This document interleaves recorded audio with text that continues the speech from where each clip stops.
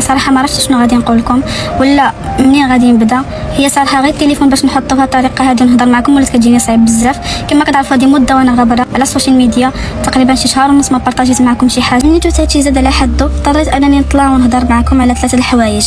اول حاجه الصحافه والباجات اللي كيخرجوا كلام مزيف بلي انني معتقله. ثاني حاجه بغيت نهضر على راسي ونهضر على ايوب النسنس. كيف ما كتشوفوا هذا كتاب الله، اقسم بجلاله الرحمن ثم اقسم بالله العلي العظيم بغيت هاد العوات تخرج فيا، بغيت ربي يهمني مع جوج العينين اللي كنشوف بهم.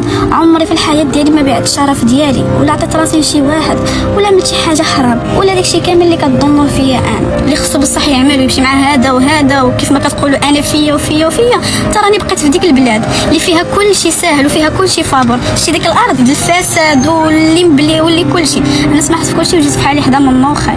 انا في المغرب بلا ورق بلا والو كنبغي نهضر. شوفوا اقسم بالله ما كنحرك يدي ولا شي حاجه حيت هادشي كيضرني انا بزاف. برك غير الندم اللي فيا انني رجعت بلا وراق، برك غير المسؤوليه اللي عندي، الهم اللي عندي كنفكر بزاف.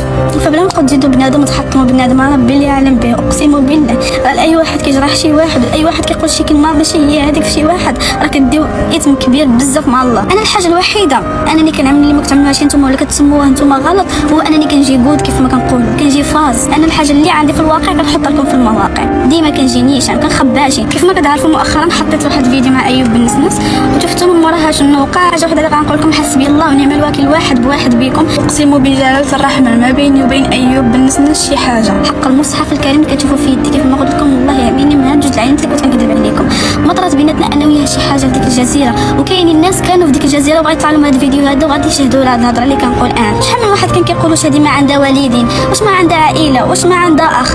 نتوما راعيتوا الوالدين ديالي، نتوما راعيتوا لعائلتي.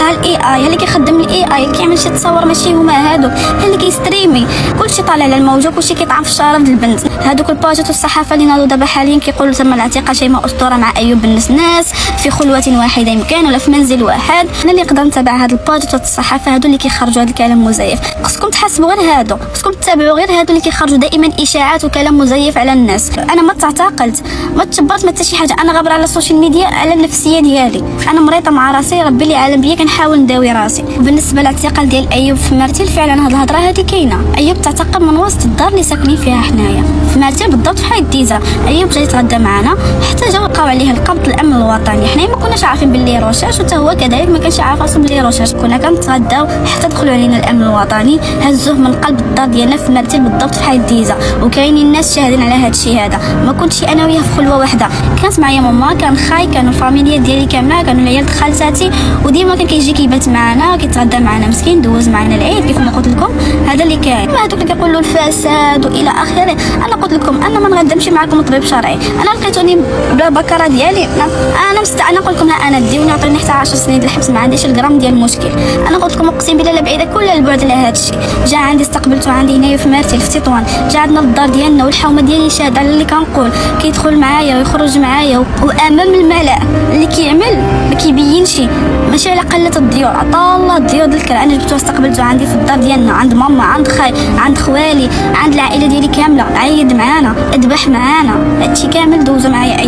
ايوب الراس ما يعليه شي فيك. الصوت ديالك ما تسمعوش في الدار. الولد الدرويش الله يعمر راسه ماشي كيف ما كتشوفوه في المواقع ولا هاد الهضره دابا اللي كدور عليه. فعلا هو غلط وعمل واحد الغلط اللي ما كانش خصو يدار وحنا مع القانون، ولكن اللي غلب يعرف. ان الله غفور رحيم. الانسان كيغلط اصلا ديك الولد راه ماشي عادي. راه كان كيقول لي شيماء انا ماشي طبيعي انا مريض انا شنو فيا انا ما كنعملش داكشي الخاطري. قسما بالله كيعمل الخير مع الناس كيتعامل مع الناس هادشي كامل كشهاده حق وكنشوفو بعيني. ملي كان معايا هنا شنو كان كيتعامل مع الناس. نسيتو الايامات اللي كان كيديكم في المغامرات، نسيتو شحال من مره اكتشفنا معاه شحال من بلاصه، نسيتو شحال ضحكنا، نسيتو شحال من اكتشافات شفناها معاه. صافي نهار اللي طاح كيف ما كيقولوا مني كطيح البقره كيكثروا الجناوه. كلشي ولا ضده كلشي ولا باغي له الحبس كلشي كيطلب له 5 سنين. علاش هذا الولد شنو عامل؟ حنا مع القانون فعلا هادشي ما خصوش يدار. علاش هاد الناس هادو كاملين ضده؟ واش انت تبغي راسك الحبس؟ حنا ملي كنطيحوا في مشكل ولا شي موقف غير الوالدين ديالنا اللي كيبقاو تابعينا ومجرجرين مورانا. الام ديالو في واحد الحاله اللي اقسم بالله ما تبغيهاش العدوك. ايوب الناس عرفناه مغامر عرفناه كامل المغامرات ماشي حتى اليوم ولا البارح عاد غادي يعمل هاد الشيء هذا من زمان يا رحمن. بغى يحرق عليا التهمه ديال الفساد في هاد الشيء دابا اللي طاري حاليا. الحمد لله حنا في بلاد القانون وفي بلاد التطور كاين طبيب شرعي كاينين بزاف د الحوايج اللي كيثبتوا البراءه ديالي وكيثبتوا باللي انا الحمد لله ما عملت حتى شي حاجه صافيه مع راسي صافيه مع ربي ومع الوالدين ديالي. ديالي. نتوما اللي كتبقاو طيحت بعائلتي، طيحت بالوالدين ديالي، الوالدين ديالي وعائلتي عارفين شنو سويه في الواقع. في المواقع ما كيهمهم والو. نقيو القلب ديالكم، غسلوه شويه، الصابون رخيص فابور، جبروا القلب ديالكم وغسلوه وغسلوا دقمكم. راه تطير وتأدي في الناس، وتطعن في الشرف ديال الناس، راه غتجي فيك. لا ما جاتي فيك تجي في الوالدين ديالك ولا في ولادك، راه فيك. هاد الشهرين هادي دازت عليا كحلم، ملي رجعت بحالي المغرب وانا اللور، صدمه مورا صدمه، مشاكل مورا مشاكل، ما حياتك الدار، ما حياتك المسؤوليه، ما حياتك المشاكل ديالك، ما حياتك الاكتئاب اللي فيه، ما لقيت حتى شي واحد في جنبي. هذيك اللي كانت كتقول انا حتى ابل بحال الناس تصوني لك وتسولك، مشى لي التليفون، مشى لي الباسبور، دوزت اكفس ايام حياتي قسما بالله.